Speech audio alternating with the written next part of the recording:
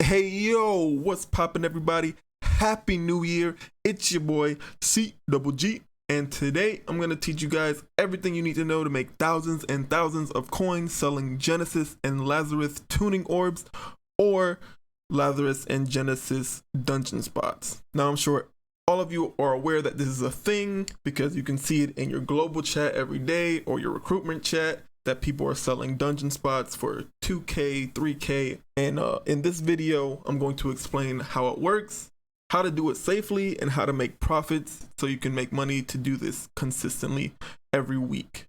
So first, real quick, I just want to explain how to get these orbs. There are two ways. The main way is to craft them at the stone cutting table. You can craft 3 Genesis tuning orbs and 1 Lazarus tuning orb per week. Some of the material are very expensive. But if you do the other option of getting the orbs, you can get 2 Genesis and 2 Lazarus orbs for absolutely free by doing the quest lines given to you by the game itself. If you do these quests, it'll give you a good little baseline of money so that way you can use them to craft more orbs without having to go and gather all the materials yourself. And it will allow you to snowball your money because all the materials are a lot cheaper than the money that you're going to be making by selling the spots from your orbs. I made a guide on how to get 2 Genesis and 2 Lazarus tuning orbs for free. I made 2 guides for those. There'll be the links in the description, and you can use those to guide you to jumpstarting your dungeon orb selling career, if you will. So here's how selling spots work if you're planning on running a dungeon yourself. Of course, prices will vary per server, but I'm just going to go off the prices that are in my server. In my server, the max Genesis spots go for about 2.5k and max 3k for Lazarus. I usually charge about 500 coin less per spot so that way I can get people quicker and not wait around too long for people who don't want to pay the max price.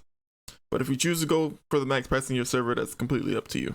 After obtaining your orb, you're going to want to assemble your team for the first run. First, you should head to the expedition you're planning on running. I'm currently at Lazarus. Now open your inventory, hold Alt, and left click your mouse to post the orb in the chat. I suggest you do this in either global or recruitment chat.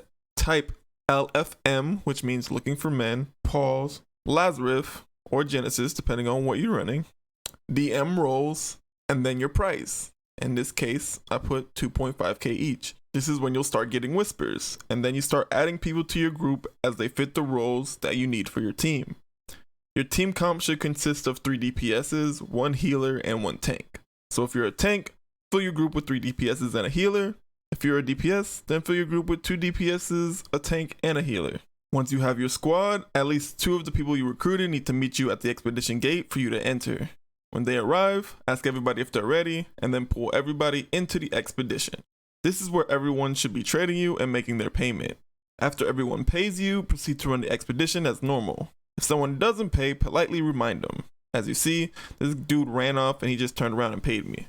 Now, if someone does give you a hard time, you can vote to kick. Mind you, no one can vote to kick you since it's your orb. Of course, everyone who did pay will vote to kick with you because it's not fair that everyone else had to pay and one person didn't. Then you would just fill in that last spot with someone who actually is willing to pay, and then you proceed the expedition as normal. Though that person will have to walk all the way to the gate to join you guys. This rarely happens in my experience. I've done this at least 7 or 8 times, and the biggest issue I ever had was that dude walking off prematurely and coming back to pay me. People don't typically scam for this.